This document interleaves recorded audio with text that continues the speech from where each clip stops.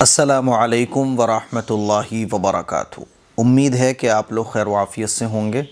میں اللہ تعالیٰ سے دعا کرتا ہوں کہ اللہ تعالیٰ یہ رمضان ہماری زندگی کا سب سے خوبصورت، پیارا، جنت میں جانے والا اور بخشش والا رمضان ہمارے لیے بنا دے۔ آپ لوگ بھی میرے لیے دعا کیجیے گا۔ آج چوتھا روزہ ہے اور آج ہم لوگ جانیں گے چوتھے پارے کا خلاصہ۔ بسم اللہ الرحمن الرحیم۔ جب چوتھا پارہ شروع ہوتا ہے تو وہ شروع ہوتا ہے لَن تَنَالُوا الْبِرَّ حَتَّى تُنْفِقُوا مِمَّا تُحِبُّونَ۔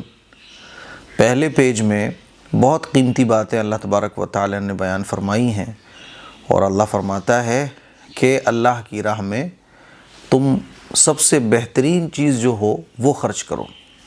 ہم اور آپ تو خرچ کرتے ہیں وہ چیزیں جو ہمارے کسی کام کی نہیں ہوتی ہیں، اتنا اماؤنٹ خرچ کرتے ہیں جس سے ہمارے اوپر کوئی فائنینشیل پرابلم نہ آئے۔ یعنی ہمارے پاس جب 1-2 ہزار روپے اگر ہوں تو ہم اس میں سے 10-5 روپے خرچ کرتے ہیں، اتنا خرچ کرتے ہیں جس سے ہمارے اوپر کوئی پرابلم نہ آئے۔ ہم اپنے پرانے کپڑے غریبوں کو دیتے ہیں، اچھی بات ہے، لیکن اللہ کیا فرماتا ہے لَن تَنَالُوا الْبِرَّ حَتَّى تُنْفِقُوا مِمَّا تُحِبُّونَ، کہ اصل نیکی کو پانا یہ ہے کہ آپ اللہ کی راہ میں بہترین چیز خرچ کریں، جیسے کہ صحابہ اکرام خرچ کیا کرتے تھے۔ ایمان کا فرسٹ نمبر یعنی فرسٹ پوزیشن یہ ہے کہ اللہ کی راہ میں اپنی پسندیدہ چیز خرچ کی جائے۔ صحابہ اکرام کے بارے میں آپ نے واقعات پڑھے ہوں گے، صحابیات کے بارے میں، حضرت علی رضی اللہ تعالی عنہ، حضرت فاطمہ رضی اللہ تعالی عنہ کے واقعات، کہ افطار کرنے بیٹھے فقیر آ گیا مانگنے، تو خود افطار نہیں کیا، وہ سارا کا سارا فقیر کو دے دیا۔ حالانکہ ضرورت خود کو زیادہ ہے، لیکن چونکہ اللہ کی راہ میں اپنی محبوب چیز خرچ کرنا صحابہ اور صحابیات کو پسند تھی، تو اللہ تعالیٰ فرما رہا ہے کہ اللہ کی راہ میں وہ چیز جو تمہیں سب سے زیادہ محبوب ہو خرچ کرو، اور یہ بڑی اچھی بات ہے۔ آگے اللہ تبارک و تعالیٰ بیان فرماتا ہے کہ اللہ نے اپنی عبادت کے لیے سب سے پہلا گھر اپنا جو تعمیر کرایا، ویسے تو مساجد اللہ کے گھر ہیں، مسجدیں، لیکن پہلا گھر جو اللہ کا تعمیر ہوا وہ کعبۃ اللہ ہے۔ ان اول بیت وضع للناس للذی ببکۃ مبارک وہدی للعالمین۔ اور اس خانہ کعبہ کا طواف، اس خانہ کعبہ کی زیارت، اس خانہ کعبہ کے لیے دور دراز سے لوگوں کا حج کرنے آنا، یہ اللہ تبارک و تعالیٰ نے فرض قرار دے دیا۔ تو سب سے پہلا گھر جو اس پوری دنیا کے اندر اللہ کا تعمیر ہوا وہ خانہ کعبہ۔ خانہ کعبہ تعمیر ہوا، پھر اس کے بعد اسی بنیاد پر پیغمبروں نے تعمیر فرمائی۔ خانہ کعبہ تو حضرت آدم علیہ السلام کے زمانے میں ہی تعمیر ہو گیا تھا، لیکن جو آتا ہے نا حضرت ابراہیم علیہ السلام نے تعمیر فرمائی، تو وہ پہلے سے جو بنیاد تھی اسی بنیاد پر نئی تعمیر فرمائی۔ ٹھیک ہے، آگے اللہ تبارک و تعالی بیان فرماتا ہے یا ایھا الذین آمنوا اتقوا اللہ حق تقاتہ ولا تموتن الا وانتم مسلمون، کہ ایمان والوں اللہ سے ڈرو جیسے اس سے ڈرنے کا حق ہے، یعنی تقوی اختیار کرو۔ تقوی کس کو کہتے ہیں؟ تقوی کہتے ہیں کہ ہم کوئی بھی کام کریں تو ہمارے دل میں سب سے پہلا یہ خیال آئے کہ میں جو یہ کام کرنے جا رہا ہوں میرا اللہ اس سے راضی ہوگا یا ناراض ہوگا، یہ کام صحیح ہے غلط ہے، اس کو کہا جاتا ہے تقوی۔ تو اللہ فرماتا ہے کہ اے ایمان والوں اللہ سے ڈرو جیسے اس سے ڈرنے کا حق ہے، اور مومن ہو کر ہی تم اس دنیا سے جاؤ، یعنی موت آئے تو ایمان کی حالت میں آئے۔ اور اللہ فرماتا ہے وَاعْتَصِمُوا بِحَبْلِ اللَّهِ جَمِيعًا وَلَا تَفَرَّقُوا وَاذْكُرُوا نِعْمَةَ اللَّهِ۔ اللہ فرماتا ہے کہ اللہ کی رسی کو مضبوطی سے تھام لو، جھگڑا مت کرو کہ فرقوں میں بڑھ جاؤ، مسلکوں میں بڑھ جاؤ، نہیں، اللہ کی رسی کو مضبوطی سے تھام لو۔ اسی لیے میں تو یہ بات ہمیشہ کہتا ہوں کہ آپ اہل حدیث ہو، اہل حدیث بن کر زندگی گزارو، آپ بریلوی ہو، بریلوی بن کے زندگی گزارو، لیکن اللہ کی رسی کو مضبوطی سے تھام لو۔ اور اللہ کی رسی کیا ہے؟ قرآن مجید۔ قرآن مجید کو مضبوطی سے تھام لو، سنت رسول اللہ کو مضبوطی سے تھام لو۔ تو اللہ تبارک و تعالیٰ فرما رہا ہے کہ فضول کے جھگڑوں میں نہ پڑو، اللہ کی رسی کو مضبوطی سے تھام لو۔ آگے اللہ تبارک و تعالیٰ بیان فرماتا ہے کنتم خیر امت اخرجت للناس تأمرون بالمعروف وتنہون عن المنکر۔ اللہ فرماتا ہے کہ جتنی بھی قومیں گزری ہیں ان تمام قوموں میں اللہ تبارک و تعالیٰ نے تمہیں بہترین امت بنایا ہے۔ یعنی ہم اور آپ جو اللہ کے نبی صلی اللہ علیہ وسلم کی امت میں ہے نا، تو جتنی بھی قومیں پہلے گزری ہیں، جتنے بھی پیغمبر آئے ہیں، ان کی قوموں میں پچھلی جتنی بھی قومیں گزر گئیں ان میں سب سے بہترین امت اللہ نے ہمیں بنایا۔ اور کیوں بنایا؟ اخرجت للناس، جو لوگوں کے لیے بھیجی گئی ہے، جو بھلائی کا حکم دیتی ہیں اور برائیوں سے روکتے ہیں۔ تو اللہ نے جو ہمارے اوپر ہمیں جو بہترین بنایا، تو بہترین کیوں بنایا؟ کیونکہ اس امت کی ذمہ داری یہ ہے کہ پیغمبر علیہ الصلاۃ والسلام کی تعلیمات کو پوری دنیا میں عام کرنا، لوگوں کو برائیوں سے روکنا اور بھلائی کی طرف ان کو متوجہ کرنا، یہ بہت ضروری ہے۔ امر بالمعروف کس کو کہتے ہیں؟ امر بالمعروف بھلائی کا حکم کرنا، نہی عن المنکر برائیوں سے روکنا، اپنی طاقت کے مطابق، اپنی حیثیت کے مطابق۔ اللہ کے نبی صلی اللہ علیہ وسلم نے ارشاد فرمایا کہ اگر برائی کو روک سکتے ہو ہاتھ سے تو ہاتھ سے روکو، زبان سے تو زبان سے روکو، اور اگر یہ بھی نہیں کر سکتے تو کم از کم اس کو دل میں برا سمجھو۔ تو اللہ نے ہمیں بہترین امت بنایا ہے، لوگوں کی بھلائی کے لیے اللہ تعالیٰ نے ہمیں بہترین امت بنایا تاکہ ہم پوری دنیا میں آخری پیغمبر محمد صلی اللہ علیہ وسلم کے دین کی دعوت لوگوں کو پہنچائیں، لوگوں کو کفر اور شرک سے بچائیں، اچھی باتیں لوگوں کو بتائیں۔ اب تو ہمارا ہی حال ایسا ہو چکا ہے، تو ہماری ذمہ داری یہ ہے کہ ہم خود کی بھی اصلاح کریں، دوسروں کی بھی اصلاح کریں، اپنوں کو بھی دین کی دعوت دیں، غیروں کو بھی دین کی دعوت دیں۔ تو اللہ فرماتا ہے تم ایک بہترین امت ہو جو لوگوں کی بھلائی کے لیے نکالے گئے ہو، اور تم بھلائی کا حکم دیتے ہو، برائی سے روکتے ہو۔ آگے جب چلتے ہیں تو اللہ تبارک و تعالیٰ فرماتا ہے یا ایھا الذین آمنوا لا تتخذوا بطانة من دونکم۔ آگے تک آیتیں ہیں۔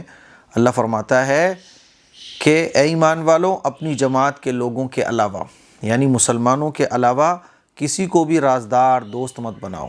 مشرکین مکہ اور کفار، بھولے بھالے کیونکہ ایمان والا جو ہے نا دل صاف رکھتا ہے، تو صحابہ اکرام جو ہے نا وہ مشرکین مکہ کی چکنی چپڑی باتوں میں آ جاتے تھے، اور بعض دفعہ جو مشورے حضور علیہ الصلاۃ والسلام کے ساتھ ہوتے تھے، خفیہ مشورے، وہ باتیں ان کو بتا دیا کرتے تھے، کیونکہ منافقین اور کفار اور مشرکین یہ جو ہے نا یہ دکھاتے تھے کہ نہیں صاحب ہماری آپ سے کوئی لڑائی تھوڑی ہے، ہم تو آپ سے بڑی محبت رکھتے ہیں۔ اور ایمان والے کے دل میں اللہ نے ویسے ہی نرمی ڈالی ہے، ایمان والے کا دل ویسے ہی نرم ہوتا ہے۔ تو ایمان والے آپ دیکھیں کہ آج بھی جلدی سے پگھل جاتے ہیں، جلدی سے ان کا دل نرم ہو جاتا ہے۔ ایسے ہی صحابہ جو تھے نا ان کا دل نرم ہو جایا کرتا تھا۔ تو اللہ تعالیٰ نے اس وقت جو مشرکین مکہ کفار سازشیں کیا کرتے تھے اور چال بازی سے رازوں کو جاننے کی کوشش کرتے تھے، تو اللہ تبارک و تعالیٰ نے بیان فرمایا کہ ایمان والوں، اپنی جماعت کے لوگوں کے علاوہ یعنی مسلمانوں کے علاوہ کسی کو بھی رازدار دوست مت بناؤ، کیونکہ یہ لوگ کفار اور مشرکین تمہارا برا چاہتے ہیں، یہ لوگ تمہیں تکلیف میں دیکھ کے خوش ہوتے ہیں، اور جب تمہارے اوپر کوئی نعمتیں اللہ کی ہوتی ہیں، زندگی تمہاری اچھی چل رہی ہوتی ہے، تو یہ جو ہے نا غصے میں آ جاتے ہیں اور لڑائی لڑنے اور سازشیں کرنے لگتے ہیں۔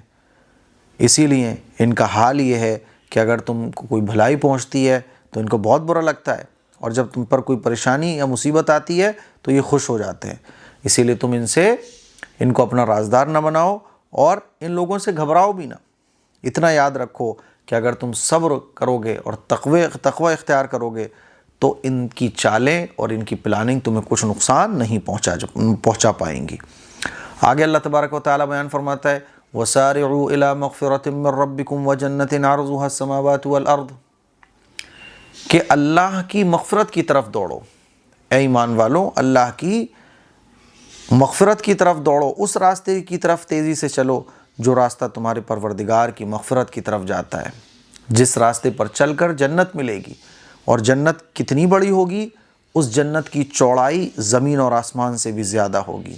یہ ان متقی لوگوں کے لیے تیار کی گئی ہے جو خوشحالی میں بھی اور تنگ دستی میں بھی صرف اور صرف اللہ پر بھروسہ رکھتے ہیں، اور اللہ کی رضا کے لیے خرچ کرتے ہیں، جو غصے پر قابو رکھتے ہیں، لوگوں کو معاف کرتے ہیں، نظر انداز کر دیتے ہیں، اللہ تعالیٰ ایسے نیک صفات لوگوں کو جنت عطا فرمائے گا۔ آگے ہم جب چلتے ہیں تو ایک اور آیت آتی ہے وَلَا تَهِنُوا وَلَا تَحْزَنُوا وَأَنْتُمُ الْأَعْلَوْنَ إِن كُنتُم مُؤْمِنِينَ۔ اللہ تعالیٰ نے ایمان والوں کو تسلی دی ہے کہ دیکھو حالات چاہیں جتنے مشکل ہوں، چاہیں جتنی پرابلمس ہوں، لیکن ایمان والا بن کر رہنا ہے، سچا پکا مسلمان بن کر تمہیں رہنا ہے۔ تم اگر سچے پکے مسلمان رہو گے تو حالات چاہیں جتنے سخت کیوں نہ ہو جائیں، اور بظاہر ایسا لگے کہ مسلمانوں کو شکست ہو رہی ہے، لیکن مسلمان ہمت نہ ہاریں، غمزدہ نہ ہوں، بلکہ یہ یقین رکھیں کہ اگر وہ واقعی مومن ہیں تو وہی سر بلند ہوں گے۔ جیسے کہ غزوہ احد کے موقع پر مسلمانوں کو زخم لگا اور وقتی طور پر شکست کا سامنا بھی ہوا ہے نا، اور مشرکین مکہ کفار خوشیاں منانے لگے، تو اللہ تبارک و تعالیٰ نے بیان فرمایا کہ دن ہے وَتِلْكَ الْأَيَّامُ نُدَاوِلُهَا بَيْنَ النَّاسِ، یہ وقت ہے جو اللہ تعالیٰ عدلتا بدلتا رہتا ہے، اسی لیے پریشان نہ ہو، وَلَا تَحْزَنُوا وَلَا تَهِنُوا وَلَا تَحْزَنُوا، غمگین نہ ہو، پریشان نہ ہو، افسوس نہ کرو، وَأَنْتُمُ الْأَعْلَوْنَ إِن كُنتُم مُؤْمِنِينَ، تم ہی سربلند ہو بشرطے کہ تم سچے پکے مومن ہو۔ ٹھیک ہے، آگے حضور علیہ الصلوۃ والسلام کی وفات کے بارے میں اللہ تبارک و تعالیٰ نے آیتیں نازل فرمائی اور فرمایا وَمَا مُحَمَّدٌ إِلَّا رَسُولٌ قَدْ خَلَتْ مِن قَبْلِهِ الرُّسُلُ أَفَإِن مَّاتَ أَوْ قُتِلَ انقَلَبْتُمْ عَلَىٰ أَعْقَابِكُمْ۔ اللہ فرماتا ہے کہ محمد صلی اللہ علیہ وسلم ایک رسول ہی ہے، یعنی رب اور خدا نہیں ہے کہ ان پر موت واقع نہ ہو۔ آپ سے پہلے بھی بہت سارے پیغمبر انبیاء گزرے ہیں اور ان کو بھی موت آئی ہے، ان کی بھی وفات ہوئی ہے۔ اب اگر ان کی یعنی رسول اللہ صلی اللہ علیہ وسلم کی وفات ہو جائے یا ان کو قتل کر دیا جائے، کیونکہ پہلے بہت سارے ایسے پیغمبر گزرے ہیں جن کو قتل کیا گیا، تو کیا تم لوگ دین سے الٹے پاؤں پھر جاؤ گے؟ تو یاد رکھو جو بھی الٹے پاؤں پھرے گا وہ اللہ کا کچھ نقصان نہیں کرے گا، بلکہ وہ اپنا ہی نقصان پہنچائے گا، اور جو شکر گزار بندے ہوتے ہیں اللہ تعالیٰ ان کا اجر و ثواب محفوظ رکھتا ہے۔ تو اس آیت سے یہ بات واضح ہو گئی وَمَا مُحَمَّدٌ إِلَّا رَسُولٌ قَدْ خَلَتْ مِن قَبْلِ الرُّسُلِ، ان آیتوں سے یہ بات واضح ہو گئی کہ نبی کریم صلی اللہ علیہ وسلم پر بھی موت واقع ہوگی۔ چنانچہ نبی کریم صلی اللہ علیہ وسلم کی جب وفات ہوئی، حضور جب اس دنیا سے پردہ فرما گئے، تو صحابہ اکرام پر جو ہے نا بے ہوشی طاری ہو گئی، صحابہ اکرام آپا کھو گئے، یقین نہیں آ رہا تھا صحابہ اکرام کو کہ حضور علیہ الصلوۃ والسلام اب اس دنیا میں نہیں رہے۔ تو اس موقع پر حضرت ابوبکر صدیق رضی اللہ تعالی عنہ نے انہی آیات کے ذریعے صحابہ کو خطاب فرمایا کہ دیکھو جو لوگ محمد صلی اللہ علیہ وسلم کی عبادت کرتے تھے تو وہ جان لیں کہ وہ دنیا سے چلے گئے، اور جو لوگ اللہ کی عبادت کرتے تھے تو وہ جان لیں کہ اللہ باقی ہے اور اس کو کبھی موت نہیں آئے گی۔ تو جب یہ آیتیں حضرت ابوبکر صدیق رضی اللہ تعالیٰ عنہ نے تلاوت فرمائی اور صحابہ اکرام کو خطاب کیا، تو پھر صحابہ اکرام کے اندر تھوڑی ہمت آئی۔ غزوہ احد کے بعد جو کچھ ہوا کہ غزوہ احد میں ایک وقتی طور پر صحابہ اکرام کو شکست ہوئی، کئی صحابہ اکرام شہید ہو گئے، کئی صحابہ اکرام زخمی ہو گئے، اور زخم بھی بہت زیادہ تھے، حضور علیہ الصلوۃ والسلام خود بھی زخمی ہو گئے تھے۔ تو اس موقع پر اللہ کے نبی صلی اللہ علیہ وسلم نے صحابہ کو کہا کہ چلو مشرکین مکہ کا پیچھا کرتے ہیں اور ان کے پیچھے جاتے ہیں۔ تو صحابہ اکرام زخموں سے چور ہو چکے تھے، لیکن حضور علیہ الصلوۃ والسلام کے اس کہنے پر تمام صحابہ اکرام تیار ہو گئے۔ تو اللہ تبارک و تعالیٰ نے صحابہ اکرام کی تعریف میں آیت نازل فرمائی کہ وہ اللہ اور اللہ کے رسول کے لیے ہمیشہ تیار رہتے ہیں، اور پھر مشرکین مکہ اور کفار کا پیچھا کیا، اور کفار اور مشرکین پر ایسا رعب پڑا کہ ان کو یہ لگا کہ شاید مسلمان دوبارہ سے کوئی اسٹریٹجی بنا کے ہم سے مقابلہ کرنے کے لیے آ رہے ہیں، اور ان پر رعب پڑ گیا ہے نا۔ تو اس موقع پر اللہ تبارک و تعالی نے یہ آیت نازل فرمائی اور صحابہ اکرام کی تعریف بیان فرمائی۔ آگے جب ہم چلتے ہیں تو اللہ تبارک و تعالی اس بات کو بھی بیان فرما رہا ہے لا تحسبن الذین یفرحون بما اتوا ویحبون ان یحمدوا۔ اللہ تبارک و تعالیٰ بیان فرما رہا ہے کہ جو لوگ اپنے کاموں پر بہت زیادہ اتراتے ہیں، وہ یہ سمجھتے ہیں کہ وہ ان کا کمال ہے، جو کچھ وہ کر رہے ہیں وہ ان کا کمال ہے۔ ہوتے نا کچھ لوگ اپنے کاموں پر تعریف، بہت زیادہ تعریف، اور کچھ لوگ تو ایسے ہوتے ہیں کہ وہ کام انہوں نے کیا بھی نہیں ہوتا پھر بھی اس پہ تعریف چاہ رہے ہوتے ہیں۔ تو اللہ تعالیٰ فرما رہا ہے کہ یہ عادت اچھی نہیں ہے، تمام تعریفوں اس پروردگار کے لیے ہے، میرا اپنا کوئی کمال نہیں ہے۔ میں آپ کو قرآن سکھا رہا ہوں تو میرا اپنا کوئی کمال نہیں ہے، یہ سب اللہ کا فضل ہے۔ تو ہر چیز اللہ کا فضل ہے، اللہ کا انعام ہے۔ اپنی تعریف کا شوق انسان کو دل میں نہیں رکھنا چاہیے۔ آگے جب چلتے ہیں تو سورہ نساء شروع ہو جاتی ہے۔